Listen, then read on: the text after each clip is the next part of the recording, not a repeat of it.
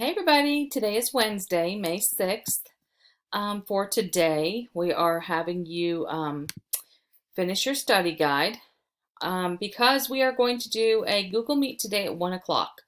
This is not normally our day or time. We've added this so that we can go over that study guide that we've asked you to complete to be ready for tomorrow's test.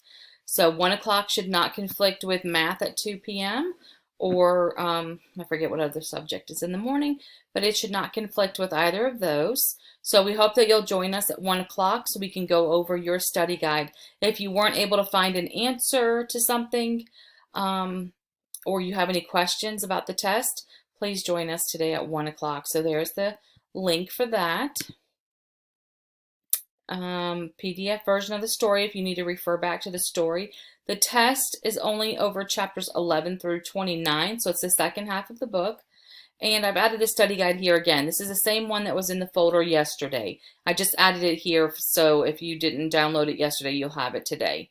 So try to look that over, answer what you can, what you know, and then join us at 1 o'clock and we will go over all the answers to that study guide. Okay? Let us know if you have any questions before 1 o'clock. Hope to see you then. Have a great day. Bye.